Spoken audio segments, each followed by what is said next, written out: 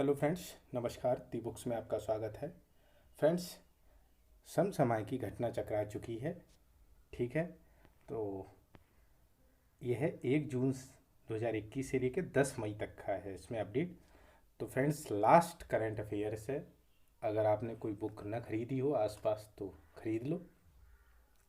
ठीक है, इसके बाद आप कोई बुक मत खरीदना, क्योंकि अब कोई बुक आएगी भी तो बेकार होगी। ठीक है फ्रेंड्स, तो चलिए अपनी दृष्टि स्टार्ट करते हैं, आँख वाली। राष्ट्रीय राष्ट्रीय परिदृश्य से स्टार्ट करते हैं। ठीक है फ्रेंड्स, तो सबसे पहले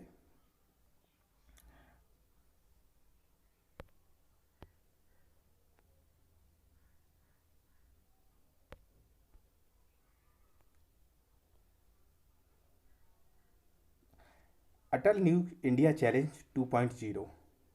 ठीक है, अटल इनोवेशन मिशन भारत सरकार की एक अग्रणी पहल है जिसका उद्देश्य देश में नवाचार एवं उद्यमिता की संस्कृति को बढ़ावा देना है। इस पहल को वर्ष 2016 में स्थापित किया गया था।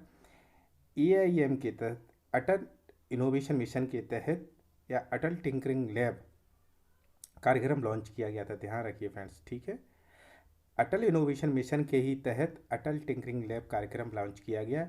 अटल टिंकरिंग लैब देश भर के स्कूलों में स्थापित एक ऐसा कार्यस्थल है जहां युवा अपने विचारों को एक आकार दे सकते हैं और नवाचार कौशल सीख सकते हैं। ठीक है, अब है 28 अप्रैल 2022 को अटल न्यू इंडिया चैलेंज के द्वितीय संस्करण के चरण फर्स्ट को लॉन्च किया गया है। ठीक है,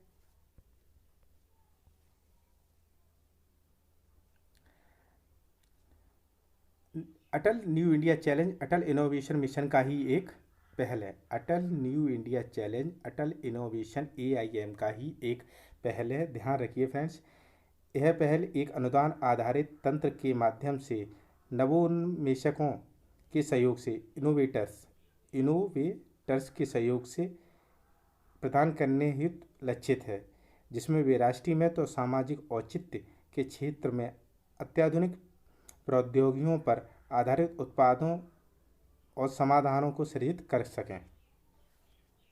अब देखिए, एएनआईसी को निम्न 5 मंत्रालयों की भागीदारी में लॉन्च किया गया है। इनमें से अब ये है मोस्ट इम्पोर्टेंट फ्रेंड्स, ये ध्यान रखिए।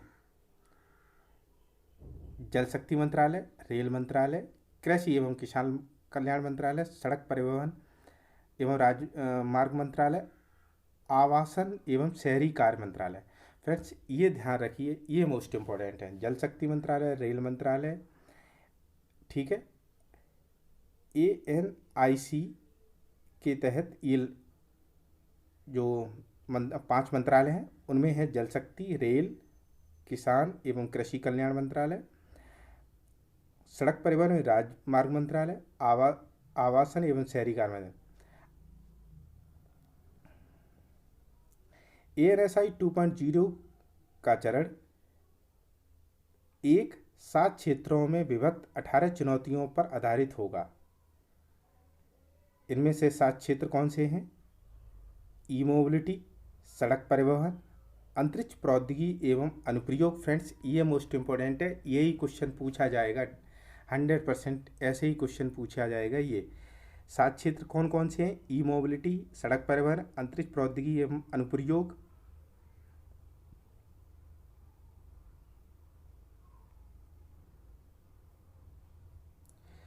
फिर है स्वच्छता प्रौद्योगिकी, चिकित्सा यंत्र एवं उपकरण, अपशिष्ट प्रबंधन, कृषि। फ्रेंड्स, हर बार की तरह ये क्वेश्चन आएगा।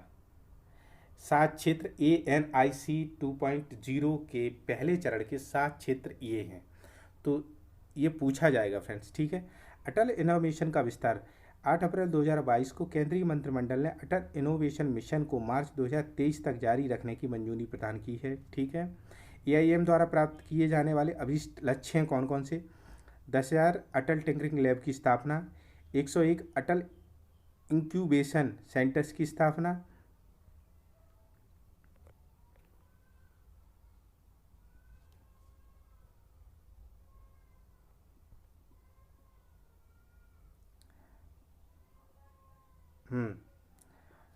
50 अटल सामुदायिक नवाचार केंद्रों की स्थापना। अटल न्यू इंडिया चैलेंज के माध्यम से 200 स्टार्टअप को सहायता प्रदान की जाएगी। फ्रेंड्स, तो इसमें सबसे ज़्यादा मोस्ट इम्पॉर्टेंट क्या है कि ANIC 2.0 का प्रथम चरण जो है का चरण 2.0 जो है दूसरा चरण है, उसके जो फर्स्ट चरण में 7 क्षेत्र हैं उनके नाम क्या है? ई मोबिलिटी, सड़क परिवहन, ये मोस्ट इम्पॉर्टेंट है, इसको आपको रटना है। अब देखिए दूसरा, रायसीना विवाद। रायसीना विवाद। रायसीना संवाद भारत का प्रमुख वार्षिक भू राजनैतिक और भू आर्थिक सम्मेलन है। यह बहुपक्षीय सम्मेलन है जो वैश्विक समुदाय के समक्ष उपस्थित चुनौतियों पर विचारों का आदान प्रदान करता है। ज्ञातव्य है कि रायसीना संवाद पहले 6 संस्करण, फ्रेंड्स आजकल संस्करण पूछता है तो ये पूछ सकता है रायसीना संवाद के कितने संस्करण हो चुके हैं, ठीक है, तो ये पूछता है। रायसीना संवाद के पहले 6 संस्करण सफलतापूर्वक हुए हैं, ठीक है, तो 1 2 3 4 5 6। अब 7वां है ये, 25 से 27 अप्रैल 2022 के मध्य रायसीना संवाद संपन्न हुआ है। यह 7वां संस्करण है, रायसीना का संवाद 2022 का 7वां संस्करण, याद रखना आप, ये मोस्ट इम्पॉर्टेंट है, आजकल संस्करण पूछता है इसीलिए। इस वर्ष इस संवाद का आयोजन व्यक्तिगत रूप इन पर्सन फॉर्मेट में किया गया है। वर्ष 2021 में यह संवाद कोविड-19 के कारण आभासी वर्चुअल फॉर्मेट में आयोजित किया गया था। मतलब इस बार क्या कहते हैं, बाकायदा लोग बैठाल के जो हुई है वो बात वैसे हुई है। अब देखिए, उल्लेखनीय है कि इस कार्यक्रम का आयोजन ऑब्जर्वेशन रिसर्च फाउंडेशन तथा भारत के विदेश मंत्रालय द्वारा संयुक्त रूप से हुआ। इसका जो कार्यक्रम का आयोजन ऑब्जर्वर रिसर्च फाउंडेशन द्वारा और विदेश मंत्रालय द्वारा होता है। इसकी थीम याद रख लिए, ठीक है, टेरा नोवा, इम्पेशेंट और इम्पील्ड, ये तीनों ध्यान रख लिए। III। 25 अप्रैल 2022 को प्रधानमंत्री नरेंद्र मोदी ने रायसीना संवाद का उद्घाटन किया था। यूरोपीय आयोग के अध्यक्ष उर्सुला वान डेर लेयन का उद्घाटन सत्र में मुख्य अतिथि के रूप में थे। मोस्ट इंपॉर्टेंट क्वेश्चन मिल गया एक। यूरोपियन आयोग के अध्यक्ष उर्सुला वान डेर लेयन मुख्य अतिथि थे, ठीक है।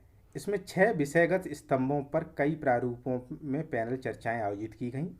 अब ये देखते हैं फ्रेंड्स, आजकल ऐसे ही क्वेश्चन पूछता है UPPCSP। अब देखिए 6 विषय स्तंभ कौन कौन से हैं? लोकतंत्र पर पुनर्विचार, व्यापार, तकनीकी विचारधारा, बहुपक्षवाद का अंत, एक नेटवर्क वैश्विक व्यवस्था, जल काकस, हिंद प्रशांत क्षेत्र में अशांत ज्वार, सामुदायिक स्वस्थ विकास और गृह के लिए प्रथम उत्तरदाता, communities INC first responders to health development and planet, हरित संक्रमण प्राप्त करना, सामान्य अनिवार्य अलग अलग वास्तविकताएं, फिर है सैमसन बनाम गोलियत, लगातार और अथक तकनीकी युद्ध। इस वर्ष रायसीना संवाद के पार्श्व कार्यक्रमों का आयोजन बर्लिन, फ्रेंड्स देखिए इस वर्ष रायसीना संवाद के साइड इवेंट का आयोजन बर्लिन में किया गया, वाशिंगटन DC में। तो ध्यान रखिए ये चीज़ें कि रायसीना संवाद के जो साइड इवेंट हैं उनका आयोजन बर्लिन और वाशिंगटन DC में हुआ। इस वर्ष रायसीना संवाद में स्वीडन के पूर्व प्रधानमंत्री कार्ल बिल्ड, कनाडा के पूर्व प्रधानमंत्री स्टीफन हार्पर, मालदीव के पूर्व राष्ट्रपति मोहम्मद नशीद और ऑस्ट्रेलिया के पूर्व प्रधानमंत्री एंथनी एबॉट की उपस्थिति रही। 2022 के संस्करण में 90 से अधिक देशों और बहुपक्षीय संगठनों के 210 से अधिक वक्ताओं ने हिस्सा लिया। फ्रेंड्स क्वेश्चन ये पूछ सकता है कि जैसे ये लाइन पूछ सकता है कि हाँ और जो 6 क्षेत्र हैं वो पूछ सकता है। उल्लेखनीय सिंगापुर रायसीना संवाद सिंगापुर के संगरी ला संवाद से प्रेरित है। ये भी आप याद रखिए, सिंगापुर के सांगरी ला संवाद से प्रेरित है।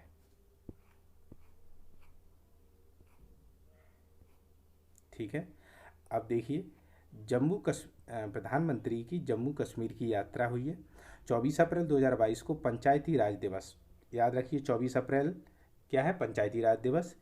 समारोह में भाग लेने के उद्देश्य से प्रधानमंत्री नरेंद्र मोदी जम्मू कश्मीर की यात्रा पर रहे। जम्मू कश्मीर के सामा जिले में स्थित पल्ली पंचायत में उन्होंने देश भर की ग्राम सभाओं को संबोधित किया। इस यात्रा के दौरान उन्होंने लगभग 2000 करोड़ रुपए लागत की विभिन्न विकास पहलों का उद्घाटन एवं शिलान्यास किया। इस दिन मुंबई में प्रधानमंत्री ने भारत रत्न लता मंगेशकर की स्मृति में स्थापित प्रथम लता दीनानाथ मंगेशकर अवार्ड प्रदान किया गया। इसी दिन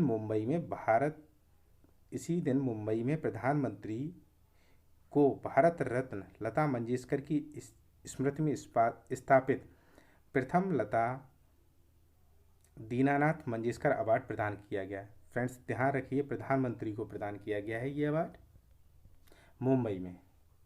फिर देखिए, बनिहाल काजीगुंड सड़क सुरंग, जम्मू कश्मीर में प्रधानमंत्री ने बनिहाल काजीगुंड सड़क सुरंग का उद्घाटन किया है। ठीक है, मोस्ट इम्पॉर्टेंट है, बनिहाल काजीगुंड 8.45 किलोमीटर की है। यह सुरंग बनिहाल से काजीगुंड के बीच की दूरी को 16 किलोमीटर कम कर देगी। इस यात्रा में लगने वाले समय 1.5 घंटा कम हो जाएगा। फ्रेंड्स याद रखिए, बनिहाल काजीगुंड सड़क सुरंग बनिहाल और काजीगुंड में है और इसकी जो लंबाई है वो 8.45 किलोमीटर है। ठीक है फ्रेंड्स, अब पैसे वैसे नहीं पूछता है तो इसका पढ़ना कोई ज़रूरी नहीं है। उल्लेखनीय यह एक दोहरी ट्यूब सुरंग है। ठीक है, फिर देखते हैं रतले जल विद्युत परियोजना। जम्मू कश्मीर में प्रधानमंत्री ने रतले जल विद्युत परियोजना का शिलान्यास किया है। यह 850 मेगावाट की है। यह परियोजना किश्तवाड़ जिले के चिनाव नदी पर है। फ्रेंड्स ध्यान रखिए, रतले विद्युत जल परियोजना 850 मेगावाट की है, किश्तवाड़ जिले में चिनाव नदी पे। देखिए फ्रेंड्स, हर साल चिनाव नदी पे क्वेश्चन यूपी पीसीएस में पूछा जाता है, तो प्लीज़ एक ना एक जो 5 नदियाँ हैं, सिंध, सतलज, ब्यास, रावी, चिनाव, इनमें से एक क्वेश्चन हर बार पूछता है, तो प्लीज़ आप ध्यान रखिए। यह रन ऑफ रिवर परियोजना है। आगे देखिए, क्वार जल विद्युत परियोजना है। जम्मू कश्मीर में प्रधानमंत्री ने क्वार जल विद्युत परियोजना का भी शिलान्यास किया। यह 540 मेगावाट की है। यह परियोजना किश्तवाड़ जिले से चिनाव नदी पर निर्मित है। देखिए फ्रेंड, क्वार जल विद्युत परियोजना, ठीक है, यह भी चिनाव नदी पे है। यह परियोजना Chenab valley power projects private limited द्वारा क्रियान्वित की जाएगी। ठीक है, तो ये भी ध्यान रखिए कि 2 हो गई कौन कौन सी, रतले जल विद्युत परियोजना चिनाव नदी पे है, क्वार जल विद्युत परियोजना भी किस पे है, चिनाव नदी पे है। रतले एवं क्यार, देखिए अब यहाँ पे दिया है, रतले एवं क्वार दोनों ही परियोजना इस क्षेत्र में बिजली की ज़रूरतों को पूरा करने में योगदान देंगी। दिल्ली अमृतसर कटरा एक्सप्रेस वे सह यात्रा के दौरान प्रधानमंत्री ने दिल्ली अमृतसर कटरा एक्सप्रेस वे के 3 रोड पैकेजों का शिलान्यास किया है। इसकी लंबाई 669 किलोमीटर है। इस एक्सप्रेस के माध्यम से दिल्ली से अमृतसर और दिल्ली से कटरा की यात्रा लगने वाला समय आधा हो जाएगा।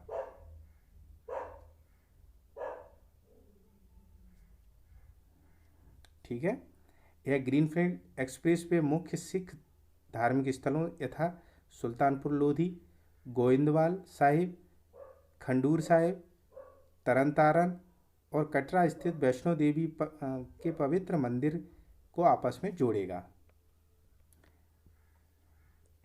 ठीक है फ्रेंड्स, यह एक्सप्रेस से हरियाणा, पंजाब, जम्मू कश्मीर के प्रमुख आर्थिक केंद्रों अंबाला, चंडीगढ़, मोहाली, संगरूर, पटियाला, लुधियाना, जालंधर, कपूरथला, कठुआ और सामा को भी आपस में जोड़ेगा।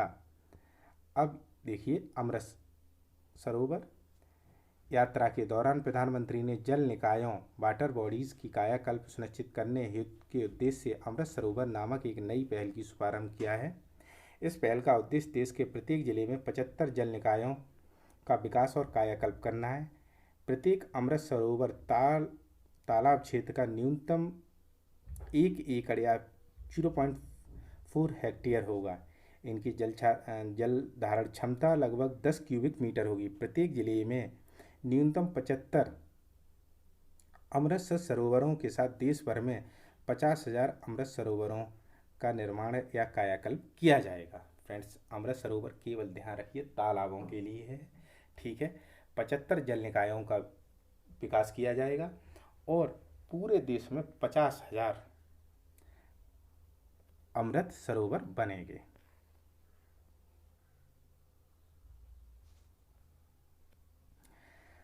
Bhaskaracharya national institute of space application and geo informatics national द्वारा विकसित अमृत सरोवर पोर्टल एवं मोबाइल ऐप का प्रयोग जिन जिलों में मिशन अमृत सरोवर की प्रगति प्रदर्शन का पता लगाने के लिए किया जाएगा। सभी अमृत सरोवरों का निर्माण कायाकल्प को अमृत वर्ष की समाप्ति तथा 15 अगस्त 2023 को पूर्ण करने का लक्ष्य निर्धारित किया गया। अमृत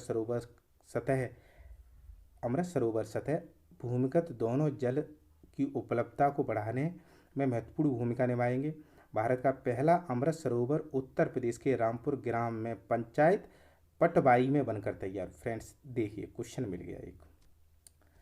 अमृत सरोवर स्पेशली तालाबों से है। पूरे देश में 50,000 तालाब बनाए जाएंगे और इस योजना को 15 अगस्त 2023 तक पूर्ण करना है। और उत्तर प्रदेश में कहाँ अमृत सरोवर है? रामपुर पहला अमृत सरोवर है फ्रेंड्स, ठीक है। उत्तर प्रदेश के रामपुर ग्राम के पटवाई में, ठीक है। कहाँ पे है? पटवाई में। अब देखिए, देश में प्रथम कार्बन तटस्थ पंचायत केंद्रीय विज्ञान प्रौद्योगिकी मंत्रालय के अधीन सेंट्रल इलेक्ट्रॉनिक्स लिमिटेड द्वारा पल्ली पंचायत में 20 दिन के रिकॉर्ड समय में एक और सौर प्लांट की स्थापना की गई है। 500 किलोवाट की यह संयंत्र 6,408 वर्ग मीटर के कुल क्षेत्र में स्थापित किया गया है। यह संयंत्र इस पंचायत में 340 घरों में स्वच्छ विद्युत प्रकाश उपलब्ध कराएगा।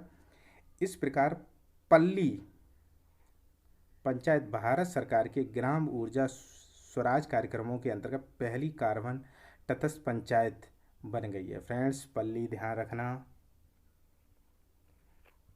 ठीक है। पल्ली ध्यान रखना, पहली देश की प्रथम कार्बन तटस्थ पंचायत बन गई है पल्ली।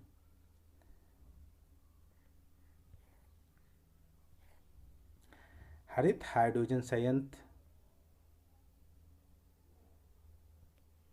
प्रधानमंत्री ने आत्मनिर्भर भारत के दृष्टिकोण को पूरा करने की दिशा में ऑयल इंडिया लिमिटेड 20 अप्रैल 2022 को असम के जोरहाट में भारत के पहले 99.99% शुद्ध हरित हाइड्रोजन, असम के जोरहाट में, फ्रेंड्स इतना पूछा जाएगा वैसे, हरित हाइड्रोजन संयंत्र की स्थापना कहाँ की गई है? तो असम के जोरहाट में, ठीक है। पर फिर भी ये है कि जब मैं पढ़ा रहा हूँ तो पढ़ा देता हूँ आपको। इस संयंत्र को 3 माह में शुरू किया जाएगा। हरित हाइड्रोजन उत्पादन की क्षमता 10 किलोग्राम है, ठीक है। इस संयंत्र द्वारा 500 किलोवाट के सौर यंत्र द्वारा उत्पन्न विद्युत से हरित हाइड्रोजन उत्पन्न किया जाता है। हरित हाइड्रोजन हवा, सौर ऊर्जा जैसी अक्षय ऊर्जा का उपयोग करके उत्पादित हाइड्रोजन गैस को कहते हैं, ठीक है। किसको कहते हैं? हरित हाइड्रोजन हवा और सौर ऊर्जा जैसी अक्षय ऊर्जा का उपयोग करके उत्पादित हाइड्रोजन गैस को कहते हैं। इसमें ग्रीन हाउस गैस का उत्सर्जन नहीं होता है। फ्रेंड्स, पूछ सकता है कि हरित हाइड्रोजन गैस में ग्रीन हाउस गैस का उत्पादन होता है या नहीं। इसके अलावा यह जलने पर कार्बन डाइऑक्साइड की तरह उत्सर्जन नहीं करती है। यह जीवाश्म ईंधन का एक बेहतर विकल्प हो सकता है जिसका उपयोग परिवहन, बिजली उत्पादन और औद्योगिक गतिविधियों के ईंधन के रूप में किया जा सकता है। फ्रेंड्स, इसको आप रट लेना प्लीज़। सारे फैक्ट हैं और मोस्ट इम्पॉर्टेंट हैं, ठीक है।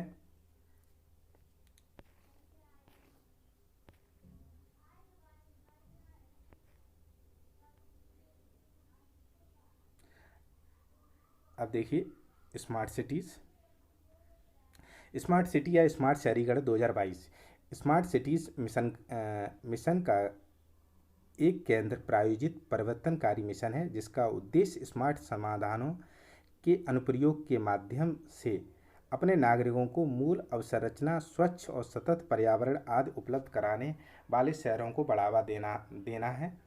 इसकी शुरुआत प्रधानमंत्री नरेंद्र मोदी द्वारा 25 जून 2015 को की गई थी। 18 से 20 अप्रैल 2022 तक सूरत, गुजरात में स्मार्ट सिटी शहरीकरण सम्मेलन का आयोजन Surat smart city corporation development limited के साथ मिलकर भारत सरकार के आवासन और शहरी मामलों के मंत्रालय द्वारा किया गया।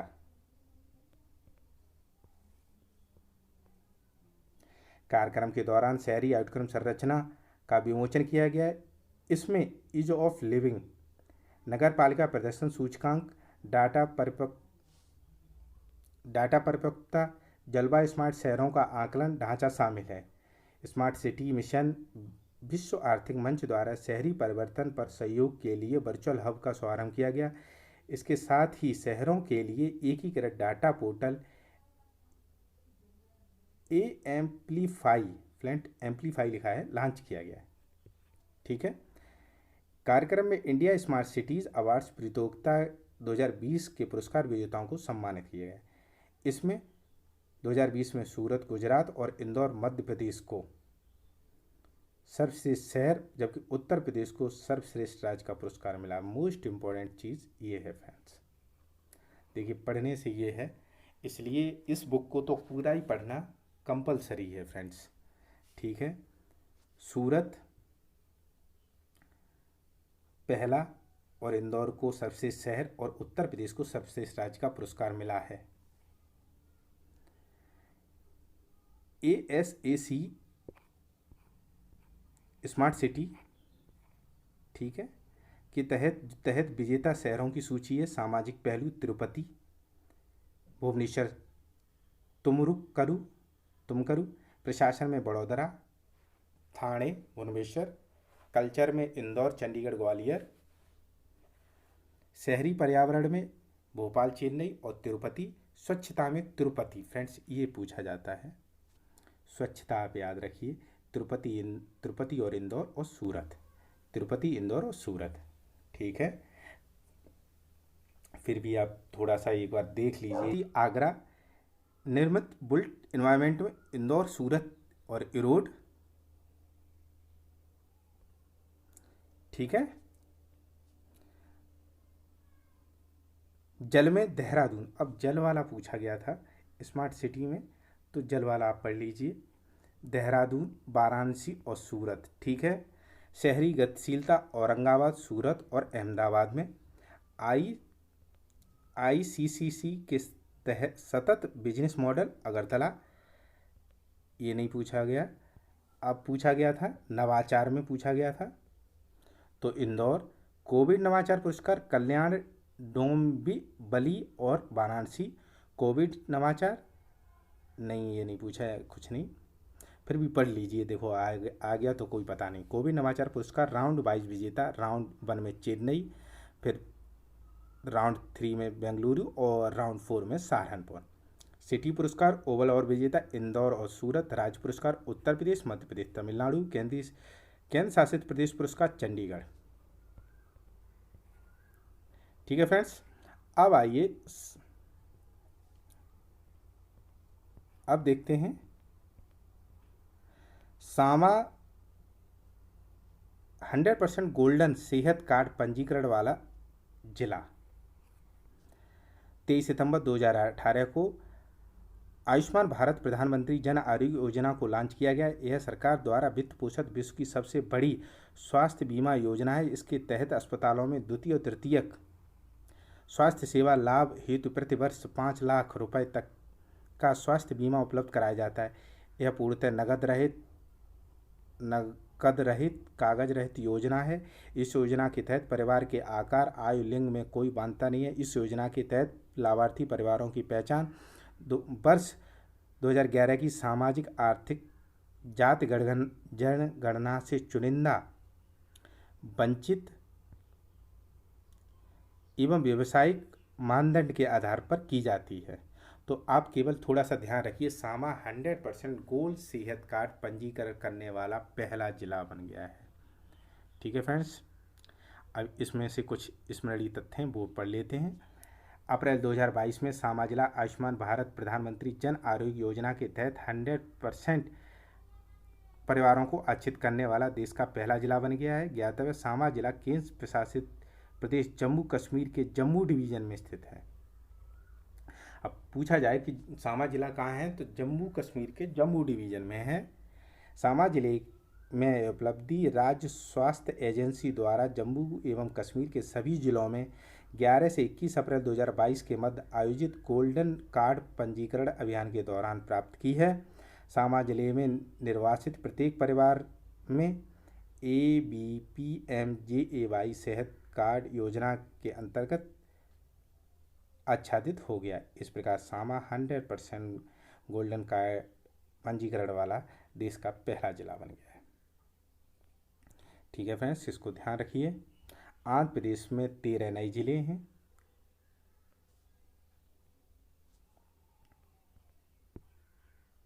आंध्र प्रदेश में 13 नए जिले।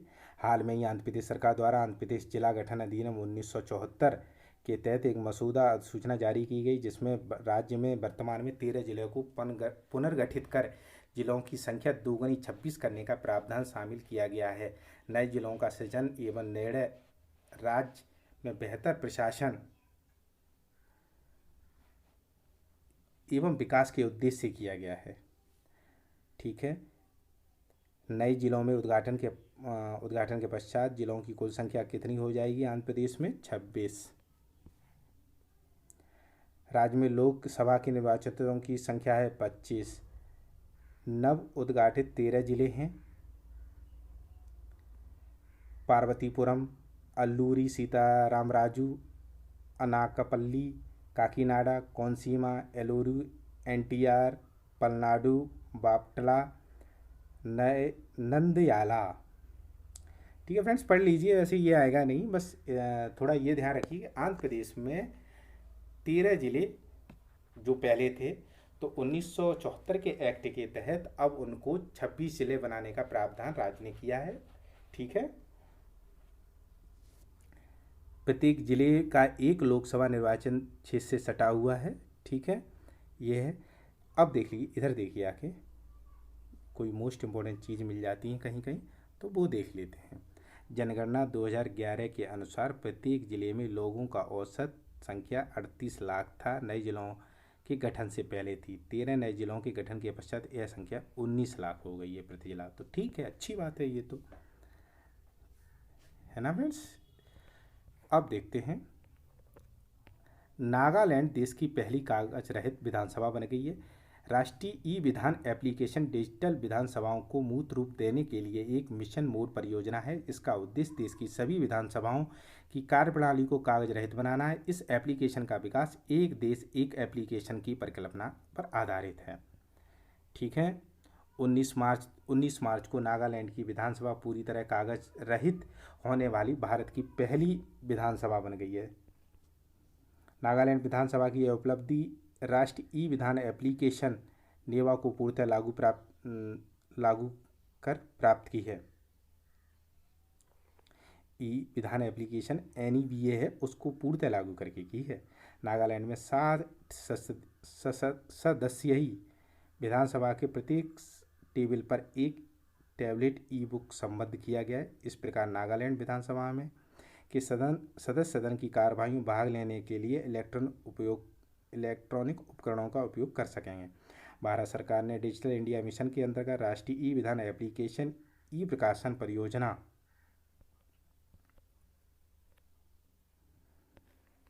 है। इसका उद्देश्य विधानसभाओं में परिवर्तन करने के माध्यम से ई डिजिटल हाउस की दृष्टिकोण को साकार करना है। ठीक है फ्रेंड्स, तो नागालैंड पहला क्या बन गया है? कागज रहित विधानसभा बनी है। Scotch state of governance report card, आइए पढ़ते हैं इसको।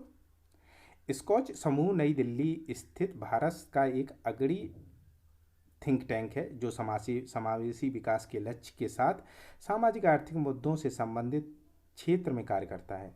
स्टेट ऑफ गवर्नेंस रिपोर्ट इस समूह द्वारा जारी की जाने वाली एक वार्षिक रिपोर्ट है।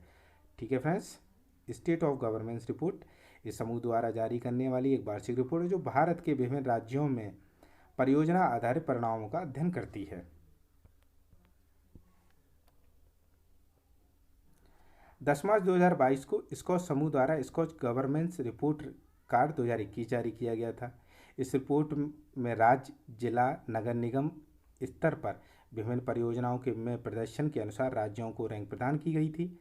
राज्यों को 4 श्रेणियों में स्टार परफॉर्मर, कैचिंग अप, अन्य राज्यों में विभाजित किया गया था। शीर्ष 5 रैंक प्राप्त राज्यों को स्टार्स के रूप में वर्गीकृत किया गया। आंध्र प्रदेश, पश्चिम बंगाल, उड़ीसा, गुजरात, महाराष्ट्र स्टार राज्य हैं। फ्रेंड्स याद कर लीजिए इनको। आंध्र प्रदेश, पश्चिम बंगाल, उड़ीसा, गुजरात, महाराष्ट्र स्टार राज्य हैं। दूसरे वर्ष लगातार दूसरे वर्ष आंध्र प्रदेश को ही शीर्ष स्थान प्राप्त हुआ है इसमें। फिर तेलंगाना, उत्तर प्रदेश, मध्य प्रदेश, तेलंगाना, उत्तर प्रदेश, मध्य प्रदेश, असम, तेलंगाना, उत्तर प्रदेश, मध्य प्रदेश, असम, हिमाचल प्रदेश को परफॉर्मर का दर्जा दिया गया है। वर्ष 2021 में उत्तर प्रदेश का 7वें स्थान में 6ठा पर है। देखिए अब पहले ये 7वें स्थान पे 2020-21 में 7वें स्थान पर, बल्कि 20 में 6ठे पे थी। कैचिंग अप श्रेणी में बिहार, हरियाणा, जम्मू कश्मीर और यूटी, जम्मू कश्मीर, छत्तीसगढ़ और राजस्थान शामिल है।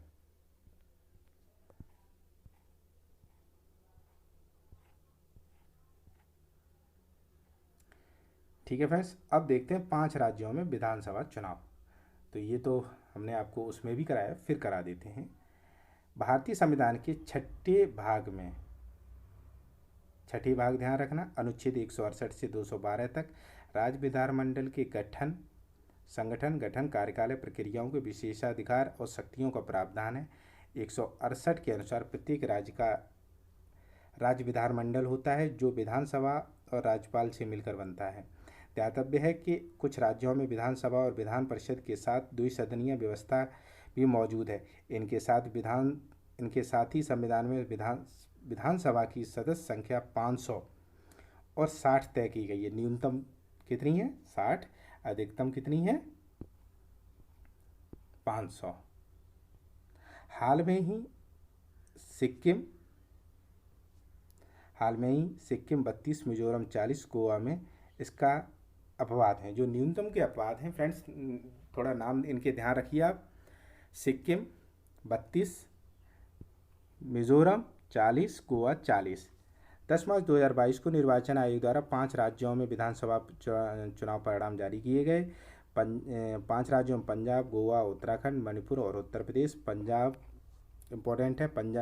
15वीं पंजाब विधानसभा कार्यकाल की समाप्ति की तिथि 23 मार्च 2022 निर्धारित की गई है। तो फ्रेंड्स इसमें कुछ चीज़ें पढ़ते चलते हैं। राज्य में विधान निर्वाचन क्षेत्रों की संख्या 117 है। आम आदमी पार्टी ने 42.01% मत प्रदान किया है। 117 में 92 सीटें हासिल की। ठीक है। और भगवंत मान आम आदमी के मुख्यमंत्री हैं। ठीक है। गोवा में 40 विधानसभा सीटों के लिए हुआ और 28 मार्च 2022 को लगातार दूसरे कार्यकाल हेतु प्रमोद सावंत गोवा के मुख्यमंत्री की शपथ ली। ठीक है फ्रेंड्स।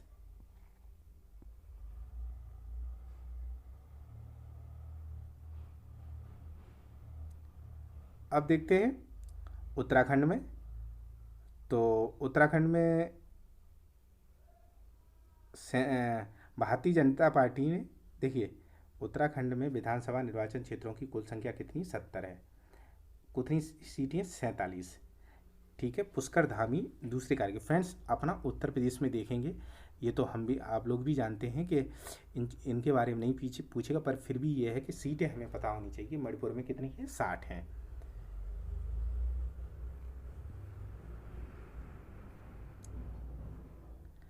अब देखिए उत्तर प्रदेश का देखते हैं हम लोग। उत्तर प्रदेश की 18वीं विधानसभा हेतु चुनाव में 10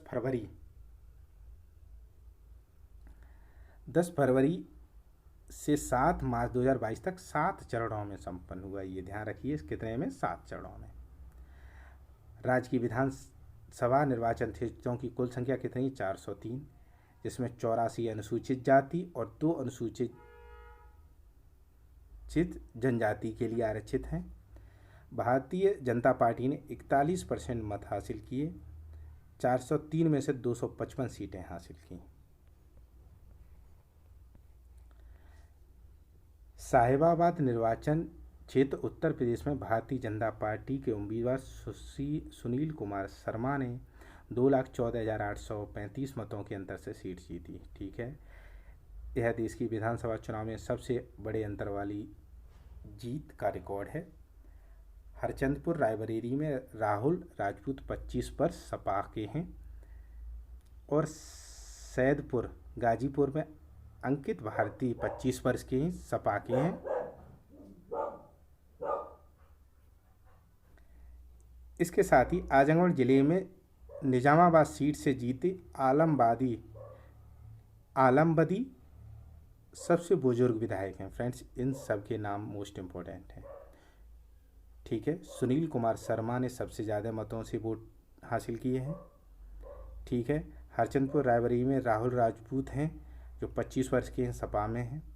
25 वर्ष की सैदपुर गाजीपुर से अंकित भारती हैं, सबसे युवा विधायक हैं। ठीक है, ये दोनों।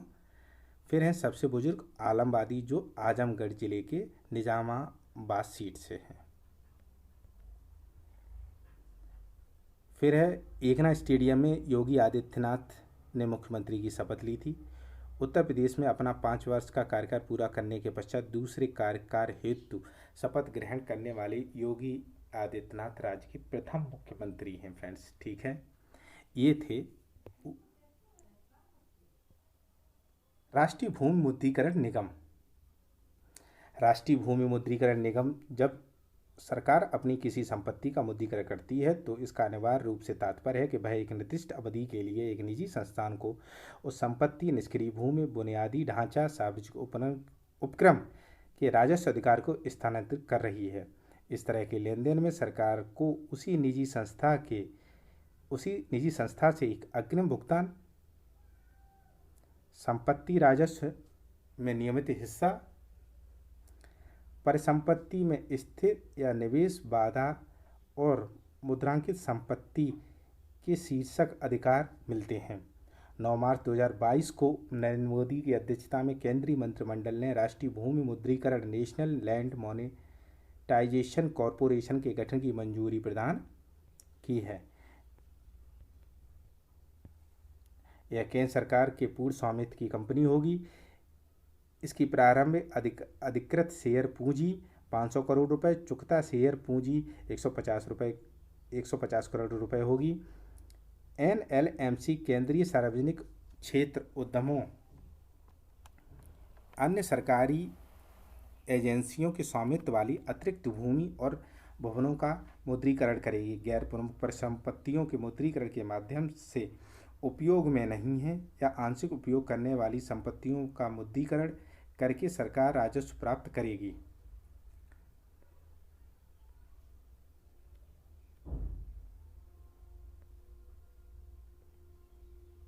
वर्तमान में CPI के पास सबसे बड़ी मात्रा में उपयोग में नहीं या आंशिक उपयोग वाली भूमि परिसंपत्तियां मौजूद हैं। NLMC इन परिसंपत्तियों का मुद्रीकरण करेगा और प्रक्रिया का समर्थन करेगा।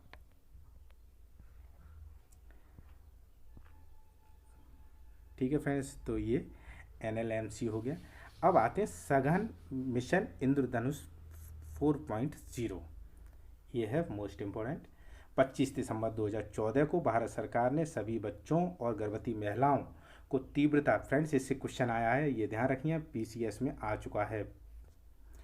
गर्भवती महिलाओं को तीव्रता से संपूर्ण टीकाकरण कवरेज प्रदान करने एवं प्रतिरक्षण कार्यक्रम को मजबूत बनाने के लिए मिशन इंद्रधनुष की शुरुआत की 8 अक्टूबर 2017 को प्रधानमंत्री नरेंद्र मोदी ने सघन मिशन इंद्रधनुष का शुभारंभ किया।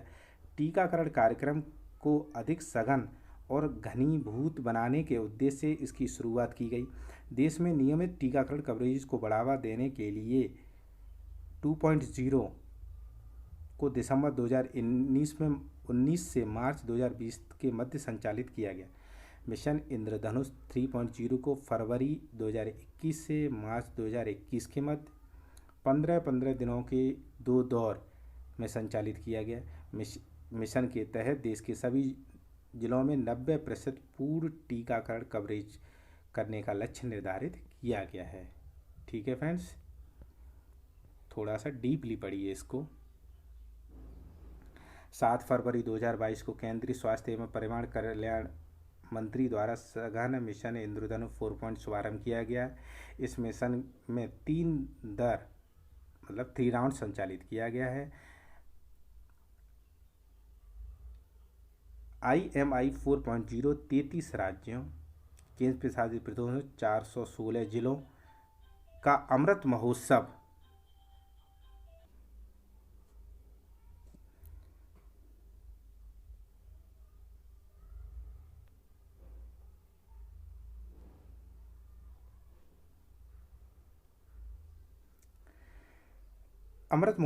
हेतु चिन्ह 75 जिलों सहित में संचालित किया गया है। ठीक है, IMI 4.0 33 राज्यों एवं 416 जिलों में अमृत महोत्सव 75 जिलों में संचालित किया गया। मिशन के प्रथम दौर में 11 एवं द्वितीय तृतीय दौर में 22 राज्य केंद्र शासित प्रदेश शामिल हैं। मिशन का फोकस किन किन पे, ये ध्यान रखिए, मोस्ट इम्पॉर्टेंट है। सार्वभौमिक टीकाकरण की दिशा में स्थायी लाभ प्राप्त करने में योगदान देना। कोविड-19 महामारी के चलते नियमित टीकाकरण की धीमी पड़ी गति में तेजी लाना। ठीक है फ्रेंड्स, फिर आया है गोबर। ठीक है, गोवर्धन संयंत्र इंदौर। गोबर का पूर्ण रूप galvanising organic bio agro resources है। इस योजना की घोषणा 18-19 में की गई थी। इसका उद्देश्य पशुओं के गोबर और खेतों का ठोस अपशिष्ट पदार्थों को कंपोस्ट और बायोगैस में परिवर्तित कर उससे ऊर्जा उत्पन्न करना। गोवर्धन संयंत्र इंदौर नाम आप प्लीज़ ध्यान रखिए, पूर्णतः गोबर से बना हुआ है ये।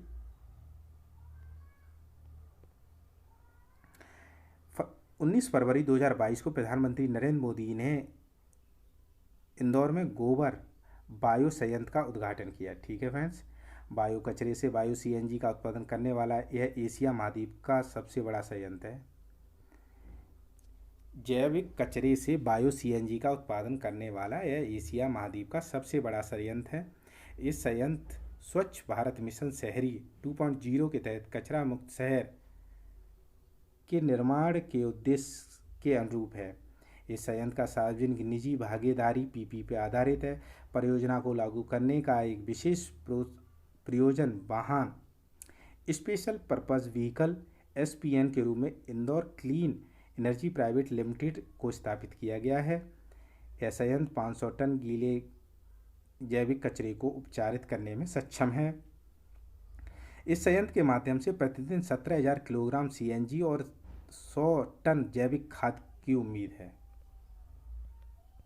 ठीक है फ्रेंड्स, ध्यान रखिए, इंपॉर्टेंट हैं ये सारी चीज़ें। इस संयंत्र का शून्य लैंडफिल मॉडल पर आधारित है। इसमें कोई अपशिष्ट उत्पन्न नहीं होगा। इसके साथ ही इसमें कोई पर्यावरणीय लाभ जैसे ग्रीन हाउस गैस उत्सर्जन में कमी, उर्वरक के रूप में जैविक खाद के साथ हरित ऊर्जा प्रदान करना आदि प्राप्त होंगे। फिर आता है ऊपरी भद्रा परियोजना को राष्ट्रीय परियोजना का दर्जा दिया गया है। आइए देखते हैं। ऊपरी भद्रा परियोजना कर्नाटक में कार्यान्वित हो रही है। इसकी प्रमुख लिफ्ट सिंचाई योजना है। फिर ऊपरी भद्रा परियोजना कहाँ है? कर्नाटक में। कर्नाटक सरकार ने 16 फरवरी 2022 को घोषणा की कि केंद्र द्वारा आयोजित इस परियोजना को राष्ट्रीय परियोजना का दर्जा प्रदान किया गया। इसके चलते इस परियोजना को केंद्र से लगभग 60% वित्तीय सहयोग प्राप्त होगा। इस परियोजना से केंद्र से लगभग 60% वित्त कौन देगा? केंद्र सरकार देगी। राष्ट्रीय दर्जा प्राप्त करने वाली कर्नाटक की पहली परियोजना है। भद्रा परियोजना का नाम ध्यान रखना। इस परियोजना का उद्देश्य चित्रदुर्ग, चिकमंगलूर, दावणगेरे और तुमकुरू। फ्रेंड्स, चिकमंगलूर में किसकी खान है? प्लीज़ कमेंट करके ज़रूर बताइए। वैसे तो आप बताते नहीं हैं, पर बताना चाहें तो ज़रूर बता दीजिए कि चित्रदुर्ग में किसकी खान है। इसके साथ ही सूखा ग्रस्त जिलों में सूक्ष्म सिंचाई द्वारा 2.25 लाख हेक्टेयर की सीमा तक सिंचाई करने की योजना है। इस परियोजना को 2 चरणों में पूर्ण किया जा रहा है। इस परियोजना को 2 चरणों में पूर्ण किया जा रहा है। ठीक है।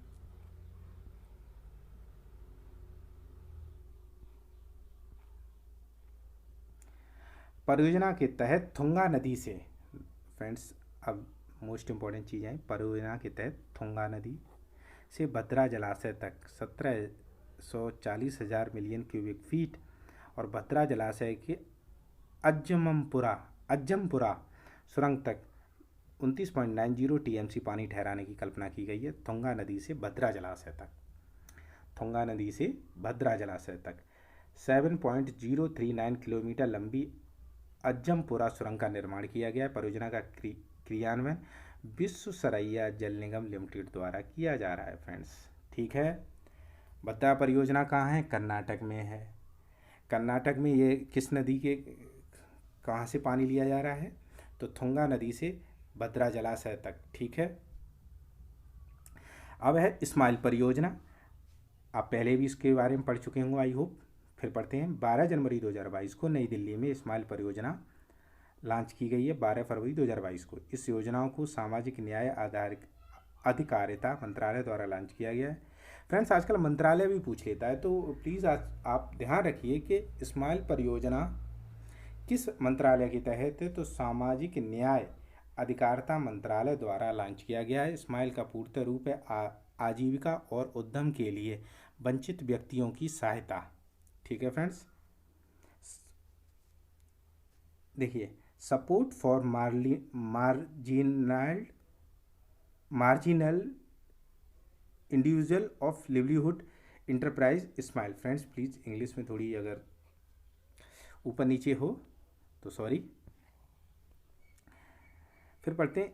यह एक केंद्रीय क्षेत्र की योजना है। इस योजना का उद्देश्य ट्रांसजेंडर समुदाय और भीख मांगने के कार्य में संलग्न लोगों को कल्याणकारी उपाय प्रदान करना है।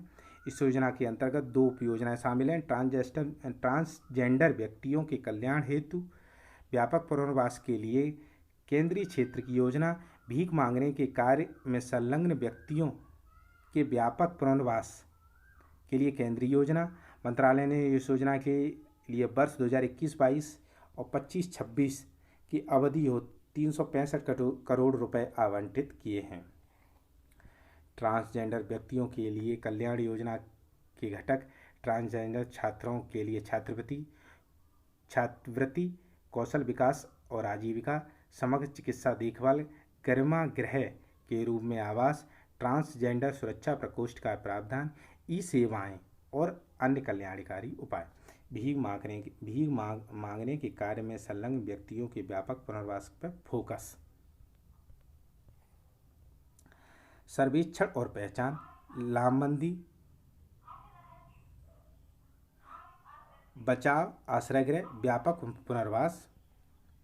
फ्रेंड्स, अब ये पुराना है। अटल सुरंग विश्व की सबसे लंबी राजमार्ग सुरंग है। 26 मई 2002 को तत्कालीन प्रधानमंत्री अटल बिहारी वाजपेयी ने अटल सुरंग की आधारशिला रखी थी। इस सुरंग का पूर्व नाम रोहतांग सुरंग था। 24 दिसंबर 2019 को पूर्व प्रधानमंत्री अटल बिहारी वाजपेयी के सम्मान में इसका नाम अटल टनल रखने का निर्णय लिया गया। प्रधानमंत्री नरेंद्र मोदी ने 3 अक्टूबर 2020 को रोहतांग में अटल टनल का उद्घाटन किया। 9 फरवरी 2022 को अटल सुरंग को वर्ल्ड बुक ऑफ रिकॉर्ड्स में शामिल किया गया। फ्रेंड्स, ये ध्यान रखना, वर्ल्ड बुक ऑफ रिकॉर्ड्स इस सुरंग में 10,000 फीट 3,000 मीटर की ऊंचाई पर निर्मित विश्व की सबसे लंबी राजमार्ग सुरंग के रूप में शामिल किया गया है। तो इसलिए ये थोड़ी सी फेमस है। ठीक है,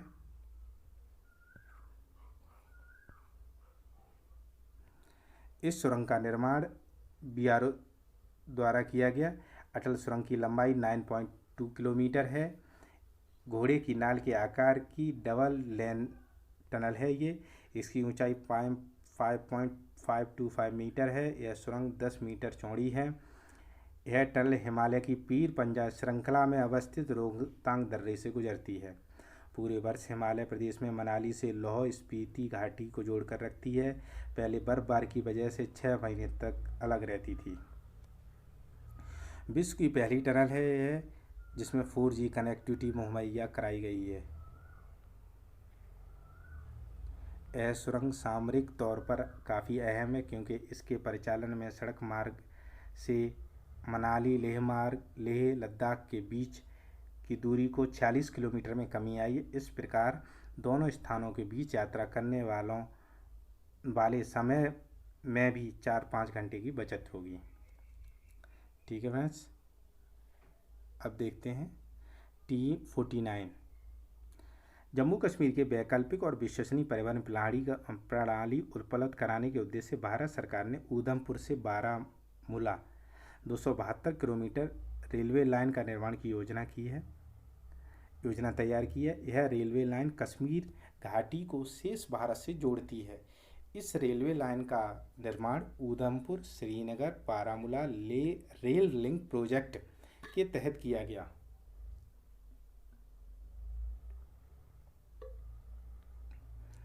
वर्ष 2002 में इस परियोजना को राष्ट्रीय परियोजना घोषित किया गया। ठीक है फ्रेंड्स, T19 सुरंग ऊधमपुरा से बारामूला तक 272 किलोमीटर। यह 4 खंडों में विभाजित है। 4 खंड कौन कौन से हैं? ऊधमपुरा से कटरा, कटरा से बनिहाल, बनिहाल से काजीगुंड और काजीगुंड से बारामूला। ठीक है फ्रेंड्स, काजीगुंड से बारामूला।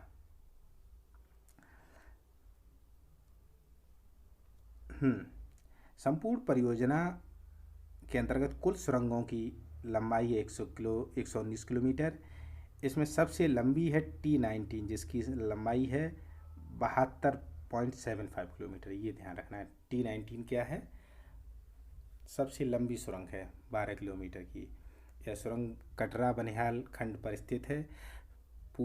निर्माण पूर्ण होने पर T19 देश की सबसे लंबी परिवहन सुरंग बन जाएगी। वर्तमान में बनिहाल काजीगुंड खंड पर स्थित पीर पंजाल सुरंग भारत की सबसे लंबी परिवहन सुरंग है। पीर पंजाल सुरंग की लंबाई 11.25 किलोमीटर है। T19 सुरंग का निर्माण NATM new Austrian tunnelling method द्वारा किया जा रहा है। ठीक है, स्टैच्यू ऑफ यूटिलिटी बहुत सुना होगा, पेपर में भी आई है फ्रेंड्स, ये आपने सुना भी बहुत होगा इसके बारे में। ठीक है, statue of utility. Shri Ramanujacharya का जन्म 1017 AD श्री पेरुम्बुदूर तमिलनाडु में हुआ है। वे वैष्णव परंपरा के सर्वाधिक महत्वपूर्ण प्रतिपादकों में से एक हैं। रामानुजाचार्य वेदांत के प्रमुख दार्शनिकों में शामिल हैं। रामानुजाचार्य ने ही सर्वप्रथम आदि शंकराचार्य के अद्वैतवाद की अवधारणा का खंडन किया। रामानुजाचार्य ने विशिष्टाद्वैतवाद की अवधारणा प्रस्तुत की। विशिष्टाद्वैतवाद में ब्रह्म और उसकी समस्त कृति जीव एवं जगत को सत्य माना गया है। रामानुजाचार्य ने अनेक साहित्यिक ग्रंथों की रचना की जिसमें शामिल हैं वेदांत सार, वेदार्थ संग्रह, गीता भाष्य, श्री वैकुंठ गंध, वेदांतदीप, श्री भाष्य रामानुजाचार्य द्वारा रचित सबसे प्रसिद्ध ग्रंथ हैं। श्री रामानुजाचार्य ने आस्था, जात, पथ सहित जीवन के सभी पहलुओं पर समानता से आइडिया ऑफ यूटिलिटी को बढ़ावा दिया है। इसी के कारण हैदराबाद में स्थित उनकी प्रतिमा स्टैच्यू ऑफ यूटिलिटी स्थापित की गई है और नाम दिया है फ्रेंड्स। ठीक है,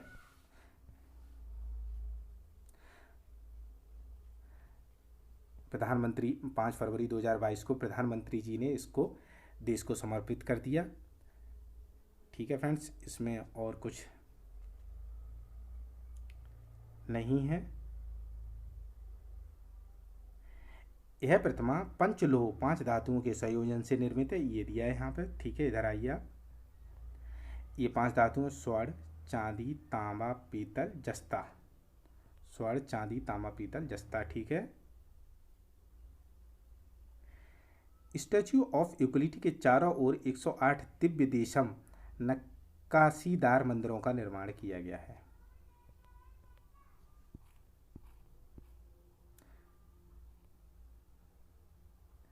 अब देखिए, चीन में स्थित एरोसन कॉरपोरेशन ने लगभग 16,000 टुकड़ों से स्टैच्यू ऑफ यूटिलिटी का निर्माण कर इसे भारत भेज दिया था। चीन में हुई है निर्मित, ओहो। भारत में इन टुकड़ों को असेंबल कर यह पूरी प्रतिमा तैयार हुई। स्टैच्यू ऑफ यूटिलिटी बैठी हुई मुद्रा में विश्व की दूसरी सबसे ऊंची प्रतिमा है। थाईलैंड स्थित ग्रेट बुद्धा को बैठी हुई मुद्रा में विश्व की सबसे ऊंची प्रतिमा माना जाता है। स्टैच्यू ऑफ बिलीव वर्तमान में राजस्थान द्वारा नाथ द्वार में भगवान शिव की प्रतिमा का निर्माण किया जाता है। स्टैच्यू ऑफ बिलीव का नाम दिया गया है। यह विश्व में भगवान शिव की सबसे ऊंची प्रतिमा है, ठीक है फ्रेंड्स। स्टैच्यू ऑफ पीस देख लीजिए। 16 नवंबर 2020 को प्रधानमंत्री नरेंद्र मोदी ने स्टैच्यू ऑफ पीस का अनावरण किया है। यह जैनाचार्य श्री विजय वल्लभ सुरेश्वर जी महाराज की प्रतिमा है। विजय वल्लभ सुरेश्वर जी महाराज 191वीं जयंती समारोह के उपलक्ष्य में इस प्रतिमा का अनावरण किया गया। इस प्रतिमा की ऊंचाई 151 इंच है। यह प्रतिमा अष्ट धातुओं से निर्मित है, जिसमें तांबा मुख्य घटक है। यह प्रतिमा पाली, राजस्थान। देखिए पीस, ध्यान रखिए पीस कहाँ है, राजस्थान में, इतना ध्यान रखिए, ठीक है फ्रेंड्स। अब आते हैं पर्वतमाला परियोजना। दुर्गम पहाड़ी क्षेत्रों में पर्यटन को बढ़ावा देने के अलावा यात्रियों को संपर्क सुविधा में सुधार करने, भीड़ वाले शहरों में यातायात को सरल बनाने के उद्देश्य से देश में पहली बार पर्वतमाला परियोजना की शुरुआत की गई। केंद्रीय वित्त मंत्री निर्मला सीतारमण ने 2022-23 के लिए केंद्रीय बजट को पेश करते हुए पर्वतमाला परियोजना की घोषणा की थी।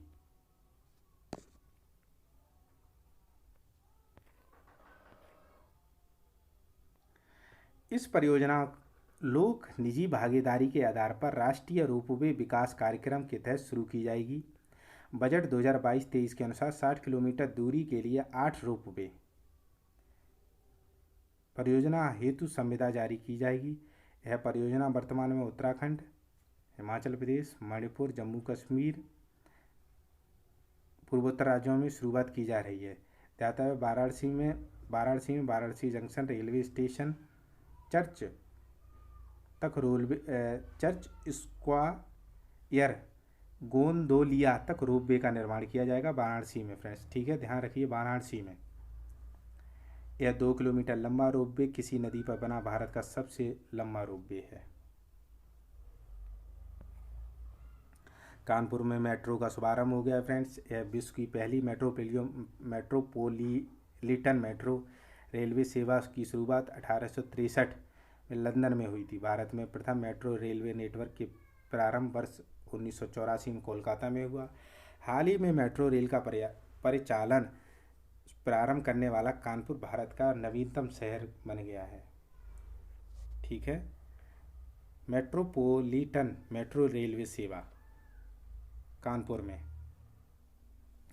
28 दिसंबर 2021 को प्रधानमंत्री नरेंद्र मोदी ने कानपुर मेट्रो में प्रथम गलियारे के प्राथमिक खंड का उद्घाटन किया। कानपुर मेट्रो के इस खंड में आईआईटी कानपुर से मोती झील तक मेट्रो का परिचालन किया जाएगा। यह खंड 9 किलोमीटर लंबा है। मेट्रो रेल परियोजना की कुल लंबाई 32 किलोमीटर है। 13 किलोमीटर लंबा रास्ता भूमिगत होगा। इस परियोजना को 2 गलियारों में विभाजित किया गया है। प्रथम गलियारा आईआईटी कानपुर से नौबस्ता तक, द्वितीय गलियारा चंद्रशेखर आज़ाद कृषि विश्वविद्यालय से बर्रा 8 तक। परियोजना पूर्ण होने की सीमा 2024 है फ्रेंड्स, देखिए, ठीक है। Uttar Pradesh metro rail corporation limited इस परियोजना की नोडल एजेंसी है। प्राथमिक खंड आईआईटी कानपुर से मोती झील के सभी 9 मेट्रो स्टेशन को हरित भवन परिषद की प्लेटिनम रेटिंग प्रमाणित किया गया है। अखंड हरित भवन संहिता के अनुसार विकसित किया गया है, जो इसे पर्यावरण के प्रति सुरक्षित बनाता है।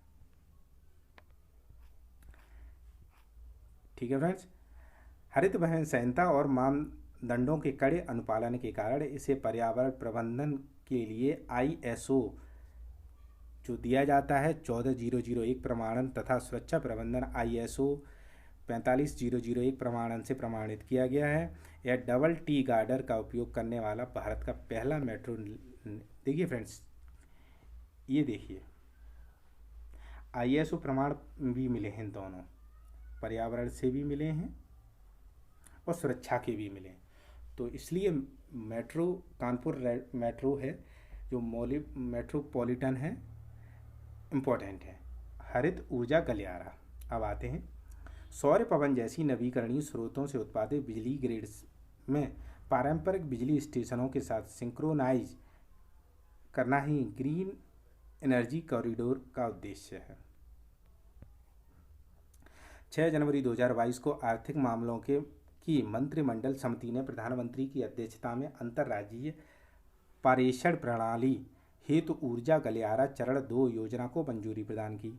इसके तहत 10,750 सर्किट किलोमीटर पारेषण लाइन तथा sub station 27,500 megawatt ampere transformer क्षमता को अतिरिक्त रूप से जोड़ने की मंजूरी दी गई है। इस परियोजना को 7 राज्यों के लगभग 20 गीगावाट क्षमता की नवीकरणीय ऊर्जा परियोजना के ग्रिड एकीकरण और बिजली निकासी में मदद मिलेगी। 7 राज्यों में शामिल गुजरात, हिमाचल प्रदेश, कर्नाटक, केरल, राजस्थान, तमिलनाडु, उत्तर प्रदेश। अब ये है मोस्ट इम्पोर्टेंट, क्या है? 7 राज्य कौन कौन से हैं? गुजरात, हिमाचल प्रदेश, कर्नाटक, केरल, राजस्थान, तमिलनाडु और उत्तर प्रदेश। हरित ऊर्जा गलियारा चरण 2 कब तक चलेगा? मोस्ट इम्पोर्टेंट तो ये है 2021 से 22 से लेकर 25 और 26 तक। इस योजना से वर्ष 2030 तक 450 गीगावाट स्थापित नवीकरणीय ऊर्जा क्षमता का लक्ष्य प्राप्त करने में मदद मिलेगी। फ्रेंड्स ध्यान रखिए, ये सारी चीज़ें ध्यान रखिए, मोस्ट इम्पोर्टेंट है। हरित ऊर्जा गलियारा 2 इसकी कब तक है?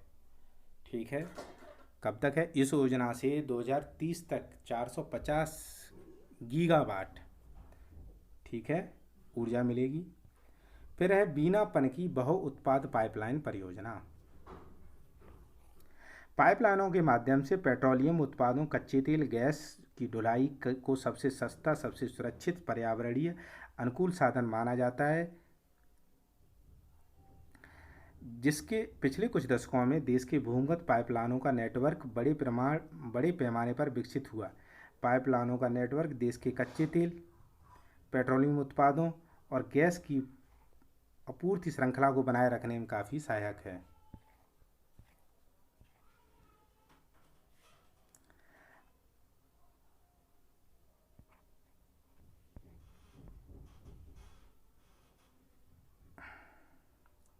सॉरी फ्रेंड्स, देखिए स्टार्ट करते हैं। हाँ, 28 दिसंबर 2021 को प्रधानमंत्री नरेंद्र मोदी ने बीना मध्य प्रदेश में, पनकी उत्तर प्रदेश में बहु उत्पाद पाइपलाइन परियोजना राष्ट्र को समर्पित की है। यह पाइपलाइन का संचालन BPCL द्वारा किया जाएगा। यह पाइपलाइन मध्य प्रदेश स्थित बीना रिफाइनरी से लेकर कानपुर उत्तर प्रदेश के पनकी तक स्थित POL टर्मिनल तक विस्तृत है। 356 किलोमीटर लंबी पाइपलाइन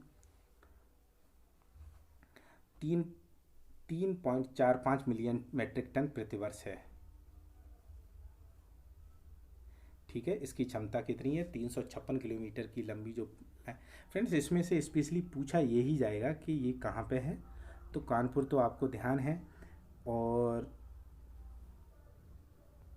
अब देखिए, इधर आइए, परियोजना उत्तर प्रदेश के जिलों को आच्छादित करती है। तो ललितपुर, झांसी, जालौन, कानपुर देहात, कानपुर नगर।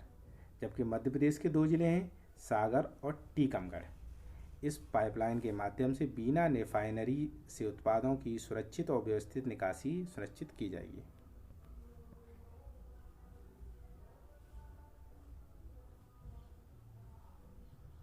इस पाइपलाइन के माध्यम से बीना से पनकी तक उत्पादों की ढुलाई में कार्बन उत्सर्जन 68% कटौती होगी।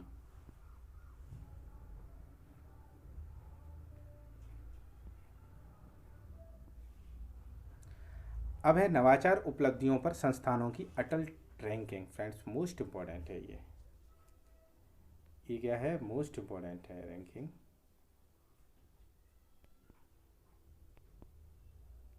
ठीक है, नवाचार उपलब्धियों पर संस्थानों की अटल रैंकिंग 2021। नवाचार उपलब्धियों पर संस्थानों की अटल रैंकिंग भारत सरकार की शिक्षा मंत्रालय की एक पहल है। किसकी है अटल रैंकिंग? किसकी है? भारत की शिक्षा मंत्रालय की एक पहल है। इसका उद्देश्य नवाचार एवं उद्यमिता विकास से संबंधित संकेतकों पर भारत के सभी प्रमुख उच्च शिक्षण संस्थानों और विश्वविद्यालयों को व्यवस्थित रूप से रैंक प्रदान करना। इस पहल का कार्यान्वयन तथा शिक्षा मंत्रालय के नवाचार कोष द्वारा किया जा रहा है। दिसंबर 2021 में केंद्रीय शिक्षा मंत्रालय द्वारा 2021 के परिणामों की घोषणा की। ठीक है फ्रेंड्स, अब देखिए इसका उद्देश्य के प्रथम ARIIA के प्रथम संस्करण को अप्रैल 2019 के में तथा द्वितीय संस्करण अगस्त 2020 में जारी किया गया। इस संस्करण में गैर तकनीकी संस्थानों के लिए एक विशेष फ्रेमवर्क की शुरुआत की गई है। इस वर्ष में कुल 1438 संस्थानों की भागीदारी रही है। अब फ्रेंड्स मोस्ट इम्पॉर्टेंट है ये, तो ये आप देख लीजिए। ठीक है, अटल रैंकिंग के तहत IIT मद्रास को लगातार तीसरे वर्ष सबसे नवाचारी शिक्षण संस्थान घोषित किया गया है अटल रैंकिंग के तहत। ठीक है, श्रेणी में उच्च शिक्षण संस्थानों की रैंकिंग क्या है, आइए देखते हैं। IIT Madras first, IIT Madras first ranking, IIT Bombay दूसरी, IIT दिल्ली तीसरी, IIT कानपुर चौथी, IIT रुड़की पाँचवीं। पहली याद रखिए, पहली और दूसरी मद्रास और बॉम्बे। फिर है राज्य के विश्वविद्यालय डीम्ड विश्वविद्यालय, तो पंजाब विश्वविद्यालय पहली रैंक, दिल्ली प्रौद्योगिकी विश्वविद्यालय दूसरी, नेताजी सुभाष चंद्र प्रौद्योगिकी विश्वविद्यालय दिल्ली तीसरी रैंक। राजकीय महाविद्यालय संस्थान राजकीय एवं राज्य वित्त पोषित तकनीकी। ठीक है, तो अभियांत्रिकी महाविद्यालय पुणे महाराष्ट्र, PSG प्रौद्योगिकी महाविद्यालय तमिलनाडु। ठीक है फ्रेंड्स,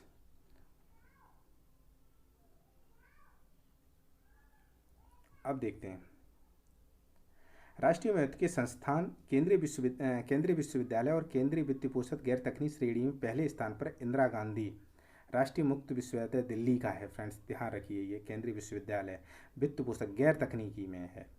दूसरे स्थान पर भारतीय प्रबंध संस्थान कोझिकोड। सामान्य गैर तकनीकी श्रेणी के अंतर्गत भारतीय उद्यमशीलता विकास संस्थान गुजरात शीर्ष पे है। वहीं श्री नारायण कॉलेज केरल द्वितीय पर, महात्मा गांधी विश्वविद्यालय केरल तृतीय स्थान पर। उत्तर प्रदेश की स्थिति देख लेते हैं।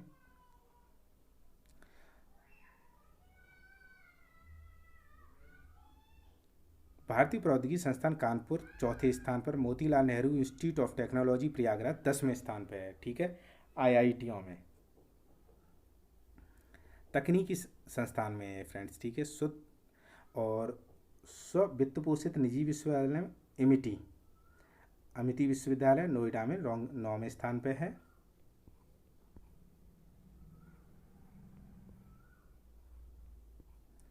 फिर आते हैं स्वस्थ राज्य प्रगतिशील भारत रिपोर्ट।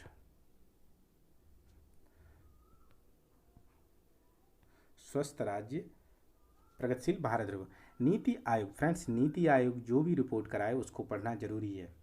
नीति आयोग एक स्वास्थ्य सूचकांक का विकास कर उसे एक वार्षिक सुव्यवस्थित साधन के रूप में स्थापित करने हेतु प्रतिबद्ध है। इसके माध्यम से बेहतर स्वास्थ्य संबंधी परिणाम प्राप्त करने पर राज्यों केंद्र शासित प्रदेशों का ध्यान आकर्षित किया जा सके। फरवरी 2018 में नीति आयोग द्वारा स्वास्थ्य सूचकांक का प्रथम संस्करण स्वास्थ्य राज्य प्रगतिशील भारत नामक रिपोर्ट के अंतर्गत प्रस्तुत किया गया है। दिसंबर 2021 में नीति आयोग द्वारा स्वस्थ राज्य प्रगतिशील रिपोर्ट का चौथा संस्करण जारी किया गया है। ठीक है फ्रेंड्स, यह रिपोर्ट विश्व के तकनीकी सहयोग और केंद्रीय स्वास्थ्य एवं परिवार कल्याण मंत्रालय भारत सरकार के परामर्श से नीति आयोग द्वारा विकसित की गई है।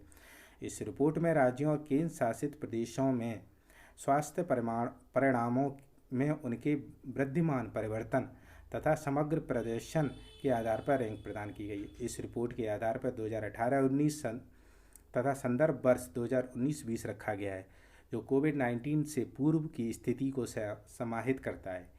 यह स्वास्थ्य सूचकांक 24 संकेतकों पर काम करता है। ठीक है फ्रेंड्स, कितने पे? 24 संकेतकों पे काम करता है। समान तत्व के मध्य समान तत्वों के मध्य तुलना को सुनिश्चित करने हैं तो राज्यों और केंद्र शासित प्रदेशों के मध्य 3 श्रेणियों बड़े राज्य, छोटे राज्य और केंद्र शासित प्रदेश रैंकिंग प्रदान की गई है। राज्यों के संदर्भ वर्ष में सूचकांक स्कोर के आधार पर 3 वर्गों फ्रंट रनर, अचीवर्स और एस्पायरेंट्स में वर्गीकृत किया गया है। संदर्भ वर्ष रेफरेंस ईयर 2019-20 के लिए बड़े राज्यों में केरल, तमिलनाडु, तेलंगाना समग्र प्रदर्शन की दृष्टि से शीर्ष 3 राज्य हैं। समग्र प्रदर्शन की दृष्टि से केरल को लगातार चौथी वर्ष श्रेष्ठ प्रदर्शक राज्य घोषित किया गया। फ्रेंड्स ध्यान रखिए, ये मोस्ट इम्पोर्टेंट है। बड़े राज्यों की सूची केरल। बड़े राज्यों की सूची में समग्र प्रदर्शन की दृष्टि में देखिए केरल, तमिलनाडु, तेलंगाना, आंध्र प्रदेश, महाराष्ट्र। ठीक है, बड़े राज्यों की सूची में कौन कौन है? केरल, तमिलनाडु, तेलंगाना, आंध्र प्रदेश और महाराष्ट्र।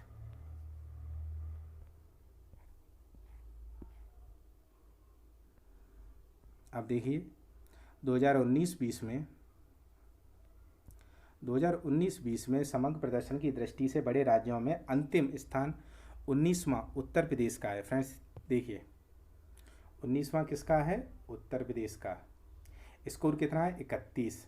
जबकि बड़े राज्यों में उत्तर प्रदेश, असम, तेलंगाना वार्षिक वृद्धिशील प्रदर्शन की दृष्टि से क्रमशः शीर्ष पे हैं। ठीक है, अब है 5 छोटे राज्य समग्र प्रदर्शन की दृष्टि के संदर्भ में मिजोरम, त्रिपुरा, सिक्किम। और बड़े राज्यों में कौन कौन से थे फ्रेंड्स? केरल, तमिलनाडु और तेलंगाना। अब आते हैं हिमाचल प्रदेश की जल विद्युत परियोजना।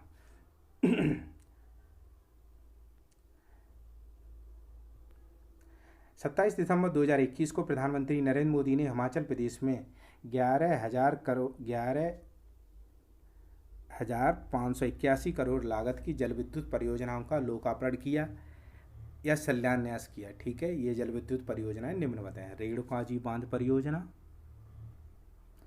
लोहरी चरण जल विद्युत परियोजना, धौला सिद्ध जल विद्युत परियोजना, सवड़ा कुड्डू जल विद्युत परियोजना, सुन्नी बांध जल विद्युत परियोजना।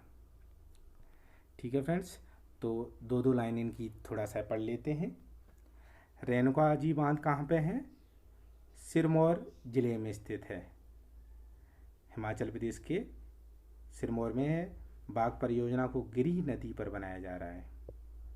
इस बांध परियोजना को गिरी नदी यमुना नदी की सहायक नदी है। फ्रेंड्स क्वेश्चन मिल गया एक, गिरी नदी किसकी सहायक नदी है? यमुना नदी की। ये पूछ सकता है। रेणुकाजी बांध में भंडारित जल का उपयोग हथनी कुंड बैराज के माध्यम से उत्तर प्रदेश, हरियाणा और राष्ट्रीय राजधानी दिल्ली क्षेत्र तक किया जाएगा।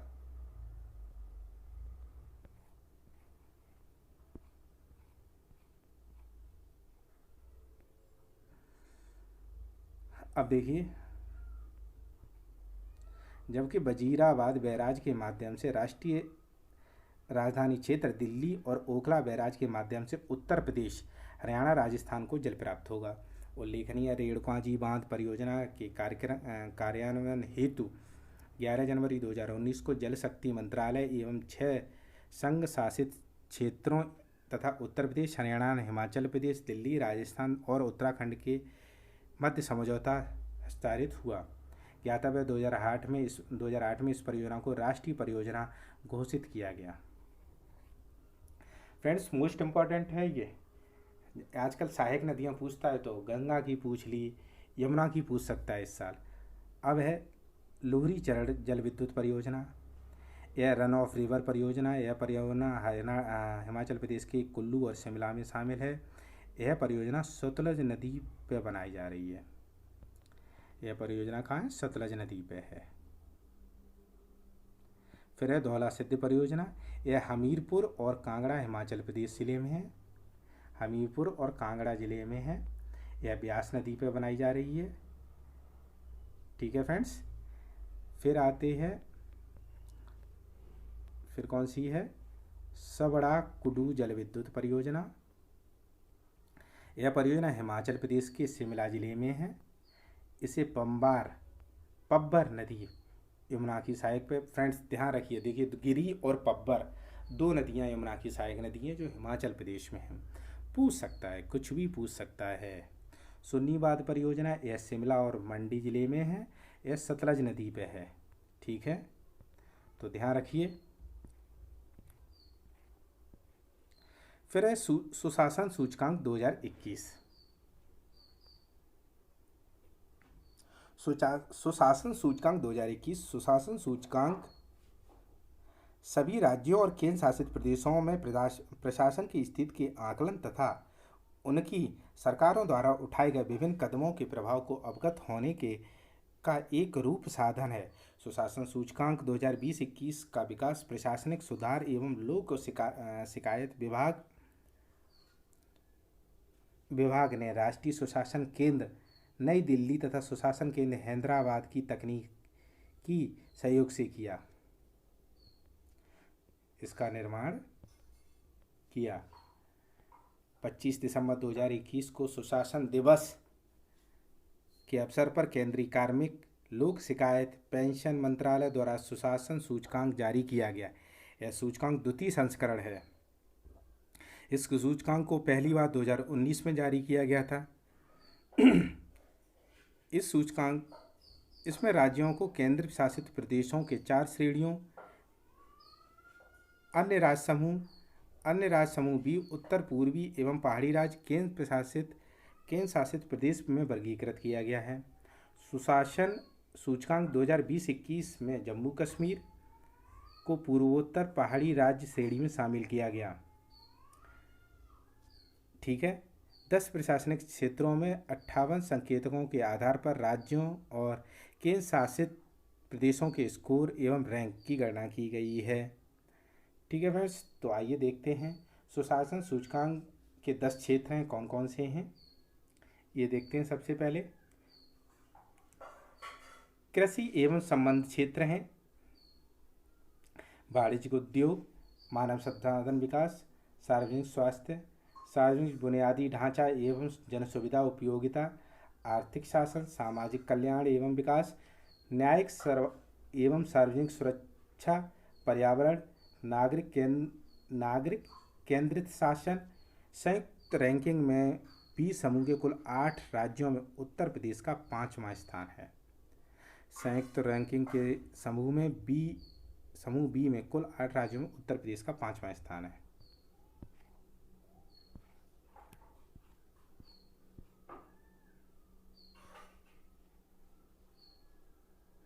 अब फ्रेंड्स देखिए,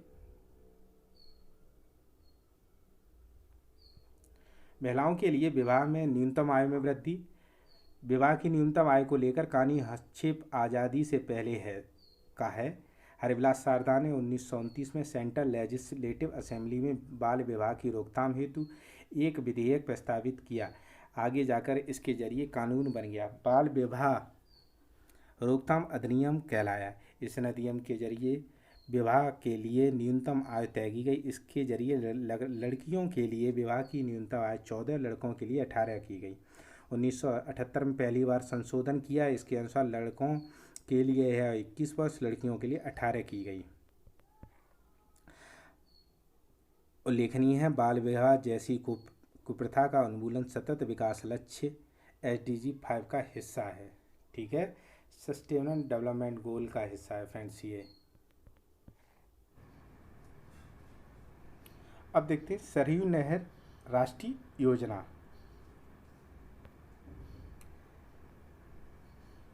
मूलतः 1974 में सरयू नहर परियोजना की परिकल्पना लेफ्ट बैंक घाघरा नगर परियोजना के रूप में की गई।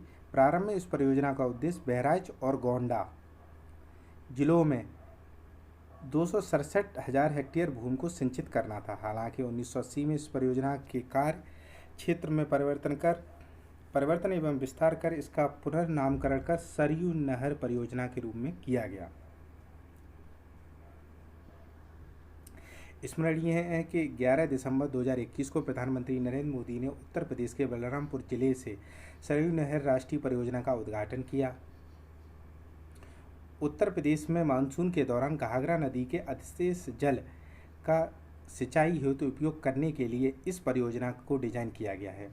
इस परियोजना का उद्देश्य क्षेत्र के जल संसाधनों का कुशलतम उपयोग सुनिश्चित करना। इस परियोजना के तहत 5 नदियों, ठीक है फ्रेंड्स, 5 नदियों कौन कौन सी हैं? घाघरा, सरयू, राप्ती, बाणगंगा, रोहिणी आपस में जोड़ा गया है लिंक के तहत। ठीक है, इस परियोजना को 3 चरणों में, चरण 1, चरण 2 और चरण 3 में कार्यान्वित किया गया है। ठीक है, 2012 में इसे राष्ट्रीय परियोजना घोषित किया गया। अब देखते हैं महोबा में विभिन्न परियोजनाओं का उद्घाटन। ये देखिए फ्रेंड्स, ये थोड़ा सा इम्पोर्टेंट है। 19 नवंबर 2021 को प्रधानमंत्री ने जल संकट समाधान के लिए महोबा उत्तर प्रदेश में विभिन्न परियोजनाओं का उद्घाटन किया। इनमें अर्जुन सहायक परियोजना, रतौली बियर परियोजना, बहाओनी बांध परियोजना, मझगांव चिल्ली स्प्रिंकल परियोजना। इन परियोजनाओं से महोबा, हमीरपुर, बांदा, ललितपुर में 65,000 हेक्टेयर भूमि की सिंचाई संभव होगी। इन परियोजनाओं से इन क्षेत्रों में पेयजल भी उपलब्ध होगा।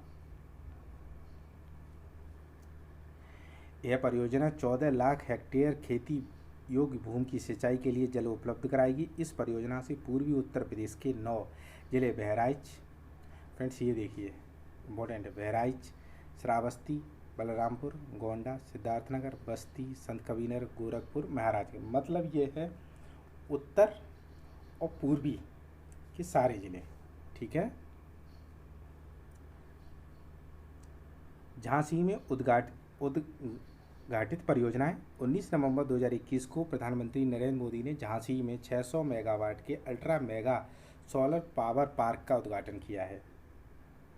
सोलर पावर पार्क, इसका निर्माण 3,000 करोड़ की लागत से होगा। इससे सस्ती विद्युत ग्रिड स्थिरता जैसे दोहरे लाभ प्राप्त होंगे। प्रधानमंत्री ने झांसी में अटल एकता पार्क का भी उद्घाटन किया। इसका नामकरण पूर्व प्रधानमंत्री अटल बिहारी वाजपेयी पे किया गया। ठीक है, यहाँ स्थित अटल बिहारी वाजपेयी की प्रतिमा को शिल्पकार राम, ठीक है फ्रेंड्स, ज़्यादा नहीं, कुछ तो ज़्यादा ही होता है तो उसको छोड़ ही देना काफ़ी है। अब आते हैं इंडिया स्किल रिपोर्ट पे।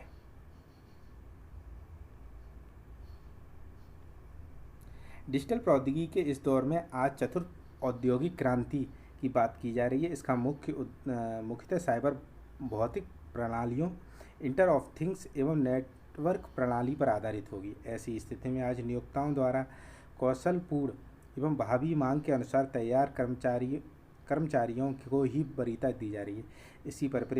इसी परिप्रेक्ष्य में 2014 में वार्षिक इंडिया स्किल रिपोर्ट जारी की जा रही है। इसके बदलते परिदृश्य के अनुसार नियोजन परिदृश्य पर विस्तृत जानकारी प्रदान करती है। आइए देखते हैं क्या है स्किल इंडिया रिपोर्ट। 9 दिसंबर 2021 को नई दिल्ली में स्किल इंडिया रिपोर्ट 2022 जारी की गई। यह रिपोर्ट 9वां संस्करण है। फ्रेंड्स ये जरूर ध्यान रखिए, स्किल इंडिया रिपोर्ट का ये 9वां संस्करण है। आजकल संस्करण पूछता है। यह रिपोर्ट 28 राज्यों, 8 संघ शासित प्रदेशों में 3 लाख से अधिक छात्रों और 150 से अधिक नियोक्ताओं के सर्वेक्षण के आधार पर तैयार किया गया है। इंडिया स्किल रिपोर्ट को 2 पृथक गतिविधियों BHIVOX राष्ट्रीय नियोजनीयता परीक्षण एवं India hiring test intent survey का सम्मेलन है। India skill report 2022 Wheebox, PeopleStrong तथा भारतीय उद्योग की संयुक्त पहल है। ये ध्यान रखिए फ्रेंड्स, क्या है? वीवॉक्स, पीपल स्ट्रॉन्ग और भारतीय उद्योग परिसंघ की संयुक्त पहल है, मिली हुई पहल है। ठीक है। एयर रिपोर्ट तैयार करने में संयुक्त राष्ट्र विकास कार्यक्रम यूएनडीपी, अखिल भारतीय तकनीकी परिषद, सनस्टोन यूनिवर्सिटी, ASAP, केरल भारतीय विशाल संघ द्वारा भी सहयोग मिला। रिपोर्ट के अनुसार समग्र नियोजनीयता में वृद्धि दर्ज की गई। यह वर्ष 2021 के 45.97% से बढ़कर 22 में 46.2% तक पहुंच गई है। रिपोर्ट के अनुसार बैंकिंग, वित्तीय सेवा, बीमा, सॉफ्टवेयर, हार्डवेयर एवं IT, फार्मा, इंटरनेट बिजनेस क्षेत्र सर्वाधिक नियोजन करने वाले क्षेत्रों में शीर्ष पे है। क्या है? इस रिपोर्ट के अनुसार बैंकिंग, वित्तीय, बीमा, सॉफ्टवेयर, हार्डवेयर एवं IT, फार्मा, इंटरनेट बिजनेस क्षेत्र सर्वाधिक नियोजन करने में शीर्ष पे हैं। ठीक है फ्रेंड्स, नियोजन मतलब पैसा लगाने में। 2022 में सर्वाधिक नियोजन गतिविधियां वाले 3 राज्य महाराष्ट्र, कर्नाटक और तमिलनाडु। नियोजनता हाई। ठीक है। तो नियोजनीयता वाले 5 राज्य हैं महाराष्ट्र, उत्तर प्रदेश, केरल, पश्चिम बंगाल, कर्नाटक। उच्चतम नियोजनीयता वाले राज्य हैं पुणे, लखनऊ, त्रिवेंद्रम, कोलकाता, बेंगलुरु। 2022 की रिपोर्ट के अनुसार कार्य सहभागिता में 67% पुरुषों का और 33% महिलाओं का योगदान रहा है। फ्रेंड्स, ये रट लीजिए, ये इम्पोर्टेंट है। 2020 में महिलाओं की नियोजनीयता 47%, वर्ष 2021 में 41%, 2022 में 51% दर्ज की गई है। महिलाओं की नियोजनीयता 47%, 21 में 41%, 22 में 51%। ठीक है फ्रेंड्स। तो फ्रेंड्स देखिए, हाँ, अब देखिए कैन बेतवा लिंक परियोजना। विश्व जल दिवस 22 मार्च से रट लीजिए के अवसर पर प्रधानमंत्री नरेंद्र मोदी ने उपस्थिति में केंद्रीय जल शक्ति मंत्रालय, उत्तर प्रदेश, मध्य प्रदेश सरकार के मध्य ऐतिहासिक त्रिपक्षीय समझौता ज्ञापन हस्ताक्षरित हुआ।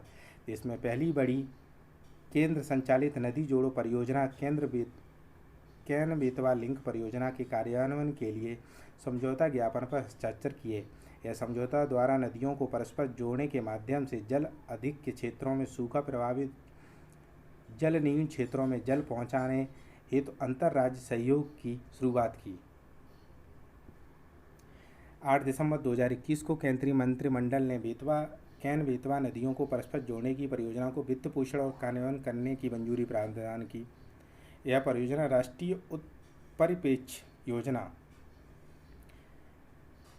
के तहत देश की पहली नदी जोड़ो परियोजना है। ठीक है।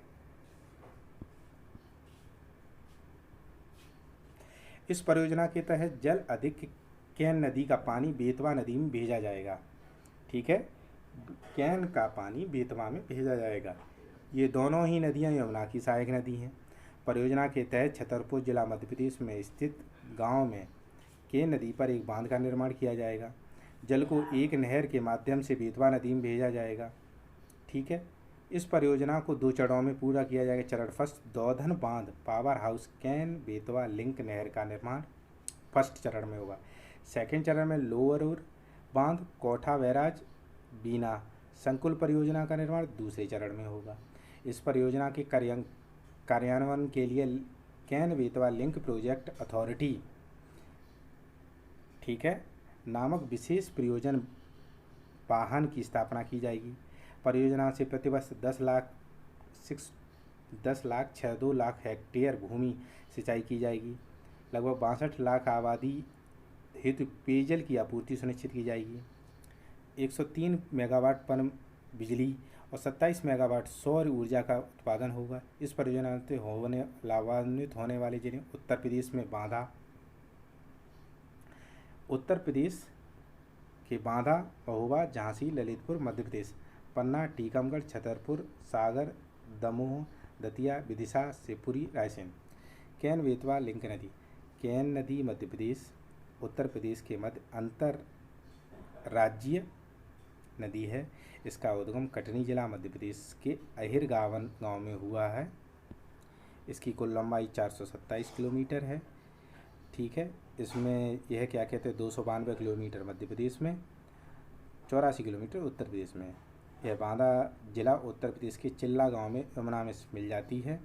यह नदी पर स्थित रानीय जलप्रपात, रेंज जलप्रपात एवं कैन गलियाण सेंचुरी दो प्रमुख पर्यटक आकर्षण केंद्र हैं। बेतवा नदी का उद्गम स्थल रायसेन जिला मध्य प्रदेश स्थित बारखेड़ा गांव में है। बेतवा नदी पर राजघाट, ये इम्पोर्टेंट है फ्रेंड्स, बेतवा नदी पर राजघाट, परीक्षा और माता टीला बांध निर्मित हैं। कौन कौन से? बेतवा नदी पर राजघाट, परीक्षा और माता टीला बांध निर्मित किए गए हैं। तो फ्रेंड्स ये हुए 20 पेज, करीब 1-1.5 घंटे की और अभी वीडियो है। तो राष्ट्रीय परिदृश्य यहीं ख़त्म करते हैं। सेकंड वीडियो तुरंत ही आएगी, ये तब तक आप देखिए। और थोड़ी ज़्यादा बड़ी वीडियो हो जाती, इसलिए अब इसको यहीं ख़त्म करते हैं। सेकंड वीडियो भी इतनी ही बड़ी होगी। ठीक है फ्रेंड्स, तो अगर वीडियो आप पसंद आए तो प्लीज़ लाइक करिए, और चैनल पे अगर आप पहली बार आएँ तो प्लीज़ सब्सक्राइब ज़रूर करिए। और कोई अगर कमेंट हो, कोई बात पूछनी है तो प्लीज़ कमेंट बॉक्स में कमेंट करिए। और अगर इसकी PDF चाहिए तो मैं टेलीग्राम लिंक दे दूँगा, वहाँ से टेलीग्राम लिंक से ये PDF डाउनलोड कर लेना है। ठीक है फ्रेंड्स, तो वीडियो देखने के लिए धन्यवाद। Thank you so much.